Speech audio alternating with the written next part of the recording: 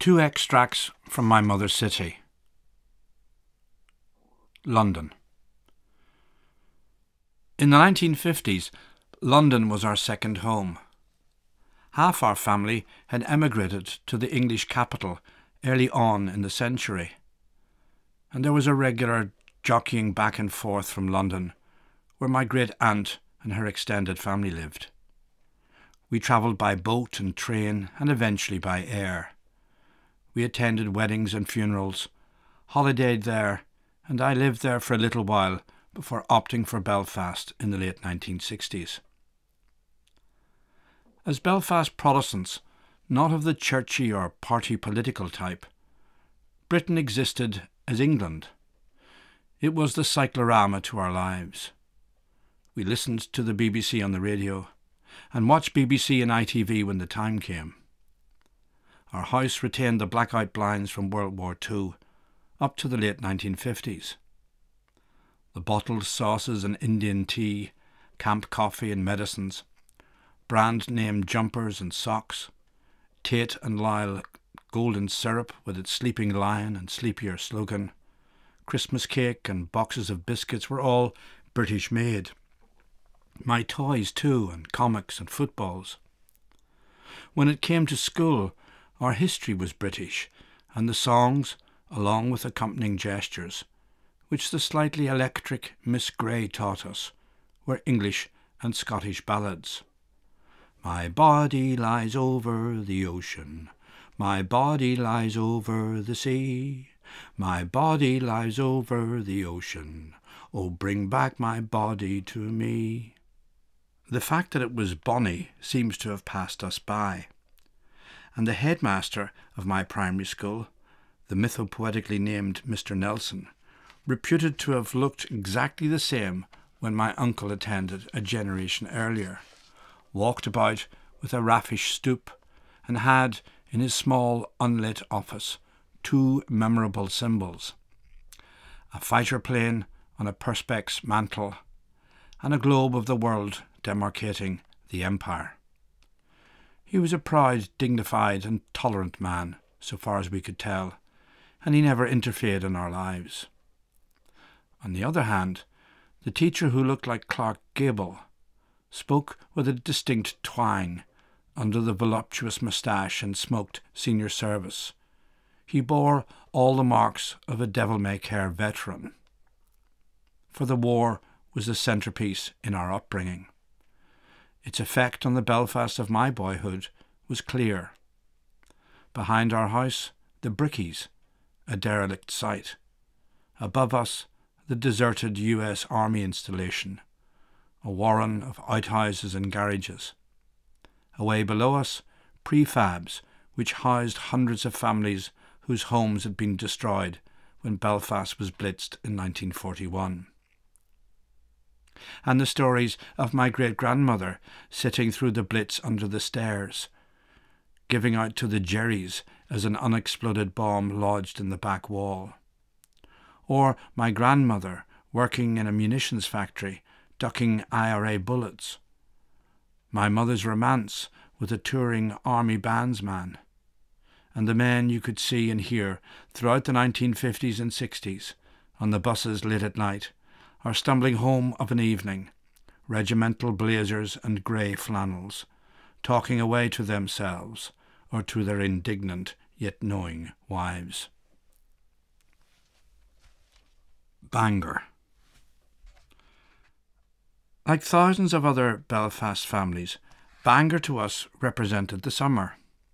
It was to Bangor during the 50s that we went for a holiday, renting a house wherein my mother, sister and grandmother lived, and which several of their friends visited from time to time.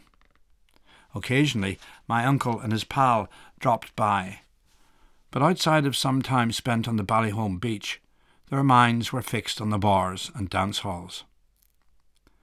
A taxi took us to the Northern Eastern Station. The train journey from Belfast to Bangor was a ceremonial affair of expectation that was only ever complete by entering the station in Bangor, stepping into the main street and looking down towards the clock tower, the mine, and the rattling chains of coal buckets or the spinning wheel of the little fair. We stayed in comfortable red-bricked houses with tiny gardens and small backyards. The houses were full of heavy furniture and indistinct carpets, stairways and cubbyholes, shadowy back bedrooms and craft-worked etchings of the Mourne Mountains, Helen's Bay, or some well-known place of interest like the Mull of Kintyre or Port Patrick. The few books around were miscellanies, Saturday bedside anthologies. Fire screens and tables of one sort or another covered the hearths or popped up out of corners in bay windows between doors. We had connections in Bangor, friends of my grandmother's. One had a shop in the main street, and we visited for tea, enviously eyeing their son, a tanned and athletic young man who worked his summers on the pleasure boats. Another friend of my grandmother's, who intrigued me with her quiet manner and distinctly country accent, lived in Prospect Road, and had fostered our dog when we moved house from suburban Belfast to one of the busier arterial roads on the city's north side. She and her sister passed snaps of men and women I knew nothing about between them, and smiled a lot. We went from their house into Ward Park to look at the big gun, flower beds and bowling green, and then took in the last of the evening sun. There was something hurt about the sisters. From time to time, my grandmother's Belfast friends breezed in on day visits, or even stayed a night or two by way of offering her diversion. Their real holidays were spent in Douglas, Dublin or Bournemouth, and she also visited her sister in London. I fell in love with one of those friends at the age of 6 or 7. She had flaming red hair and adoring eyes, and smoked plain cigarettes, the lipsticked stubs of which she left like love tokens in ashtrays around the place. On deck chairs we would sit facing the sea. The ice cream shop on the promenade was like a little bunker, and up above it stood tall, silent guest houses. Most afternoons, beyond Picky Pull, and throughout Sundays, songs were sung, and although we never took part, we would listen and move on. Each little flower that opens, each little bird that sings, he made their glowing colours, he made their tiny wings. The purple-headed mountain, the river running by, the sunset and the morning that brightens up the sky. I couldn't swim then, but jumped about at the water's edge, took a net to the rock pools, or ventured towards the diving rafts, marooned when the tide went out. It was a regular life of simple enough pleasures and expectations. I don't know what we talked about, nor can I recall either a television or radio being about the place.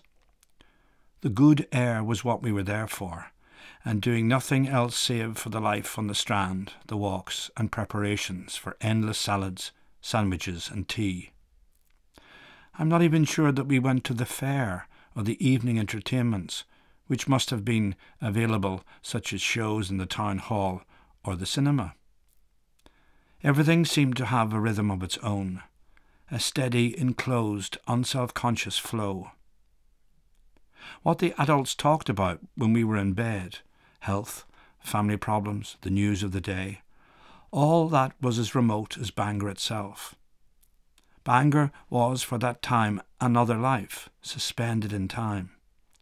The boathouse, the rocky shoreline, the tree-filled headland, the lights on the far side of the loch.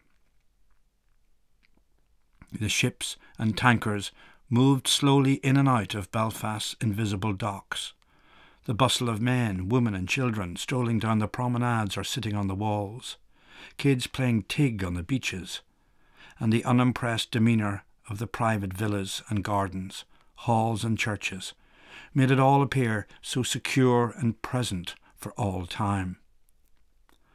What individual lives were being led had no bearing, since we were the visitors, the outsiders who no doubt toyed with the notion of moving there for good one day. That comforting delusion ran aground by the time we packed up and took the train home again, subdued, reluctant, and relieved. Bangor became a different place for me in the mid to late 60s, but that's another story. In the early 70s, I returned once more, the last family trip, like a reunion, you could say, and some years later again, I wrote a couple of poems, including this one, Responsibilities, as a kind of homage to the unexplored life I had known there as a young boy, playing on the Down coast. Responsibilities. The child turns in a cot, and stars increase what hold they have over the infirm and forgotten whose time this is, near enough to dawn, when back rooms are washed with light, and down along the esplanade the sea booms around the shining rocks. It's like I haunt this dormitory town of parks and one-way streets, of evangelical picnics and children screeching through days on the beach. For there, in the rented red-brick holiday homes, families keep the faith. And for all I know, those who lie awake, reading the Old Testament, dream of tomorrow's excursion and pray for the sun.